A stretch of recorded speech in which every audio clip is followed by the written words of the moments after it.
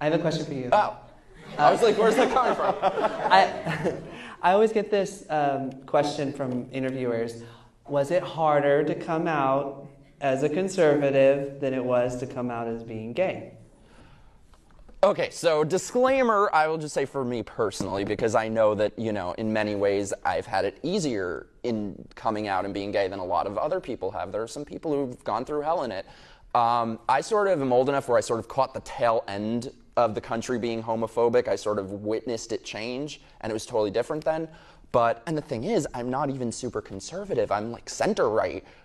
But for me, that was 1,000 times harder than coming out as gay. I never lost many friends for being gay. I was never anything, you know? Yeah, it's much harder today. What about you, Blair, as trans? Ooh, that's Oh interesting. yeah, I never lost a single friend over coming out as trans. I was very much celebrated. I was very much supported, which is amazing.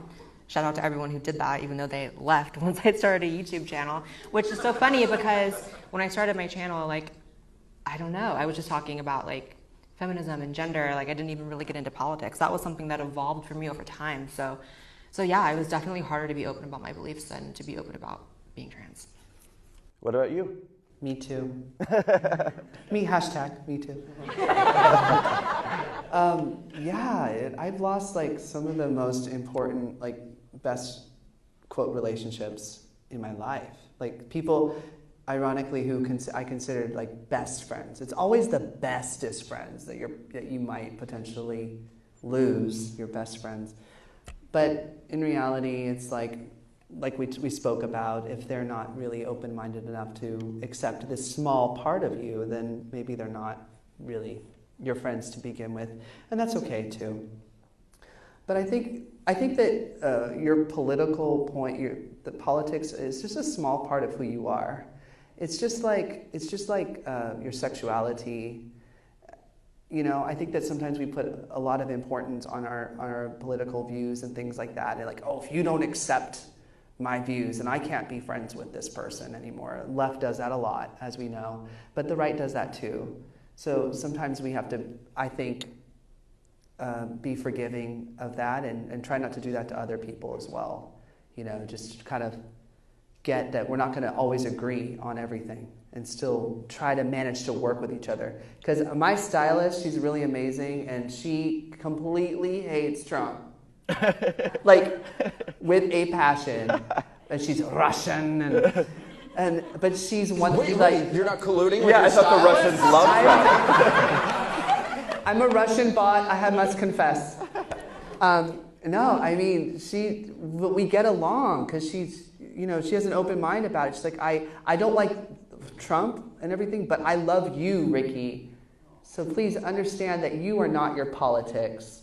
You are not your sexuality. All these little identifier things. We're so much more than that. So keep that in mind too. Yeah. I have to jump in and answer this because I'm actually like the one sort of dissenter, I guess, on the panel. For me, coming out as gay was much more difficult than coming out as conservative. Unfortunately, I'm a little older than the others on the panel, and I think that probably had something to do with it. I mean, I grew up gay in the 80s and in a tiny little town in Nebraska, a little tiny farm community. I experienced an enormous amount of bullying and violence and fear and intimidation, and being gay was very, very scary during the time I grew up and where I grew up.